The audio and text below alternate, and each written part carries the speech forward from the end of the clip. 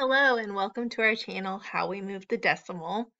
And in this video, I am photographing the second half of the sheets that disappeared.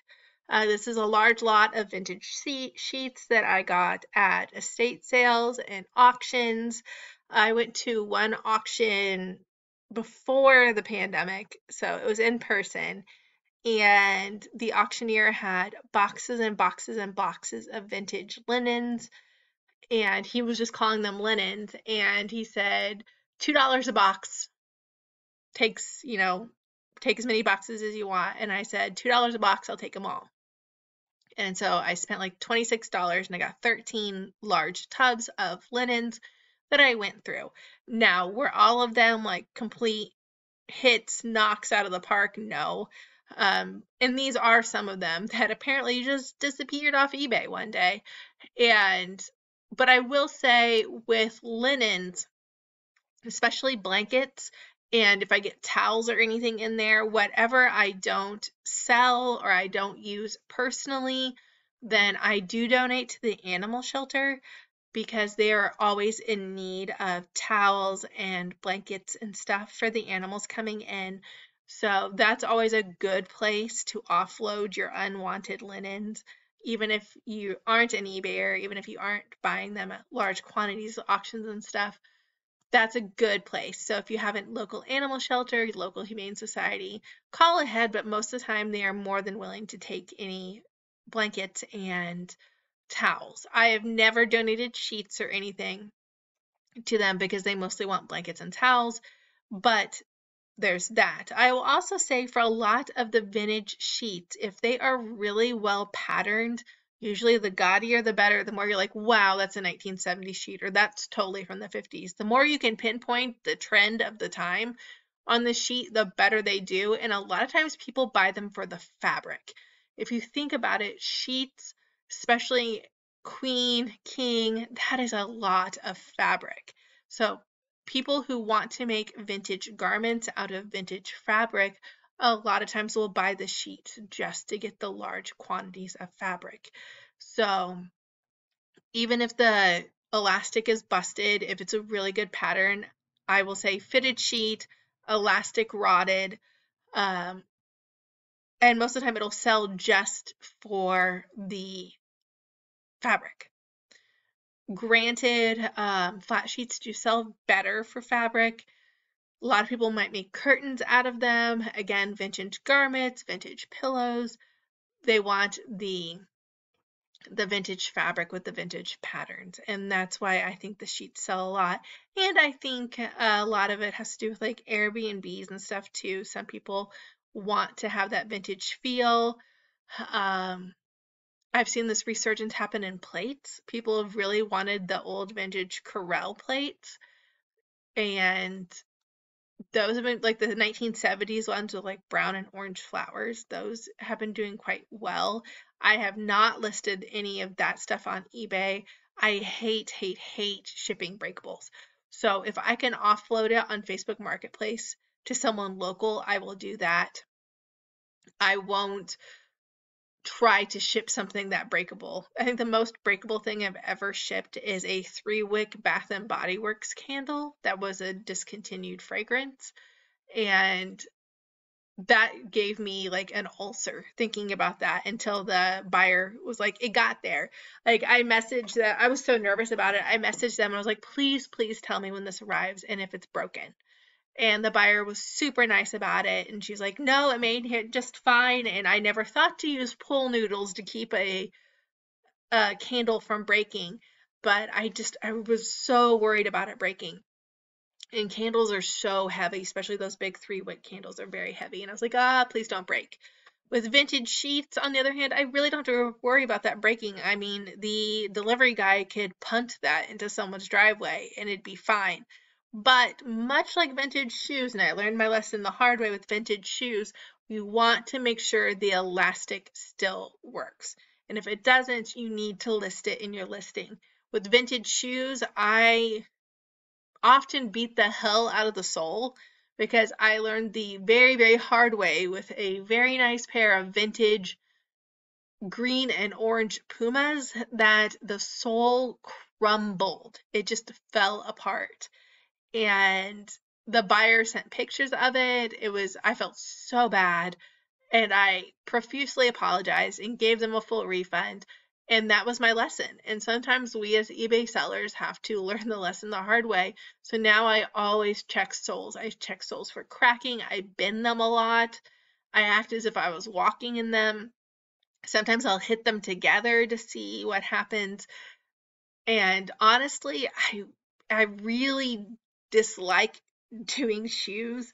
I prefer not to sell shoes that are used if I don't have to, or vintage shoes because of that. That burned me so bad that I just didn't feel great about it. Like I've said previously with my sheets and stuff, I will break apart sets. So I will list a flat sheet by itself, I will list a fitted sheet by itself, and I will list the pillowcases as a set. Sometimes I can't list them as a set because one of them is damaged. I had a really cool old cartoon pillowcase that I think a kid had taken to camp because it was signed all over it. One of them was signed a lot less than the other one, and I only listed the one that had a lot less signatures on it because it was a Hanna-Barbera, had like all the Hanna-Barbera characters on it. So it was actually, if I would have had the whole sheet set, it was pretty desirable, but I just had both pillowcases, and unfortunately they were both written on with like Sharpie or whatever. So I listed the one that was the least damaged. And when the buyer bought that, I sent both of the pillowcases. So I sent the more damaged one and the least damaged one. So they kind of got a bonus, I guess. I had no reason to keep it, and I figured if somebody wanted it enough to buy the damaged one, that they might like the non-damaged one.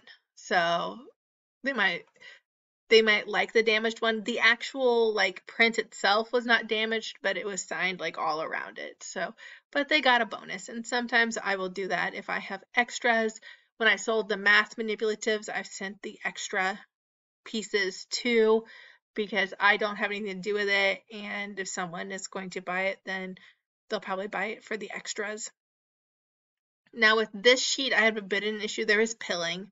And with some of the old sheets, there is pilling, especially if they were not properly laundered, there is pilling. So if they were washed with other things, but pilling is easily taken care of. Did I go through with the fabric shaver and do it? No. If someone bought it, they can go through it with the fabric shaver, or I could go through it and hit the most offensive parts before I ship it, but it is clearly shown in the pictures that there is pilling. This is a set of 2 pillowcases. They're plaid. This could be desirable. Unfortunately, it's the wrong season for it. But I'm not huge on seasonally selling. If I was, I would have to have my crap together, and I don't. So I will sell winter and summer and winter. I do have some desires to eventually have my stuff together enough that I could sell seasonally, but you tend to want to sell opposite seasons. So it's 6 to 1, honestly. Sometimes people need a bikini in December and you're the only place selling a bikini. What I have found with supply chain issues that I'm selling a lot more of my children's old clothing. And I've mentioned this in previous videos. I will usually lot them up together. Unfortunately, I just don't have very much girls' clothing to sell because of the time my third one gets through it, it is just trashed. But my son is fairly good at keeping himself clean. Out of all the children, the boy is the most cleanly when it comes to playing and stuff. So his clothes tend to be in typical better condition, whereas my girls, not so much. So I will lot his stuff up and sell it, but his stuff is now adult size, so I don't lot it up because we're looking at small and extra small men's clothing now that sells decently. Unfortunately, for any small sizes, women's smalls, men's smalls, it takes a lot longer to sell. where the bigger sizes sell better, the super big sizes sell way better. I'm Unfortunately, a lot of stuff I have are the smaller sizes, or fortunately, because I did pull several things out for my son when I was photographing him this weekend, and hopefully I'll have those videos up sometime. I don't know when. My kids are no longer on spring break, so I have time to go through and do these videos, but I've also picked up another class, so I don't know if I have time to go through the videos and do everything. And summer's coming, and vacations are coming, and camping is coming, and all of the stuff. And sports start this week. It can be very, very overwhelming. The On the upside, the weather is getting much nicer, which means it'll soon be garage sale season. On the downside, I'm going to be out of town during a lot of garage sale season. So in our area, garage sales usually start the end of April and run pretty much into the second week of June. And then we have like a lull, and we might get fall garage sales at the end of August and September. But most of the summer, most of the town garage sales just aren't happening. Now, there is one town garage sale I hit, and it's always around the first week of May. And I'm super excited about that because I haven't got to do it the past 2 years because my children have been home doing virtual learning and they're actually back at school this year. So I'm hoping to hit that one because I like to hit them on Fridays because they're usually Friday and Saturday, even though I do pay more on Fridays, but there's a bigger selection. Sometimes if it's really overpriced and I think it'll still be there Saturday, I'll hit it towards the end of Saturday, and Saturday night I like to cruise around and see what people put on the curb for free. And that's kind of where my jam is. What is the free stuff on the curb?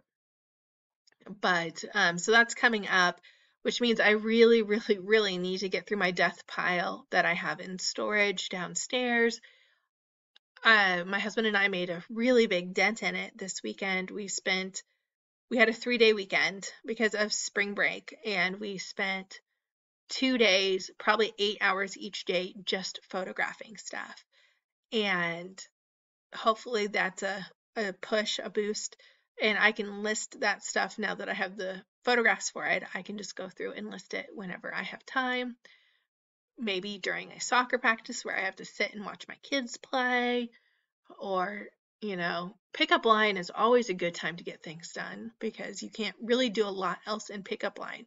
On the upside, pickup line is getting much shorter now that gas prices have gotten higher, so people are waiting till right when their kids get out of school to pick them up, which is very nice for me because I'm consistently running late. Well, thank you for listening to this video, and I hope you continue to watch.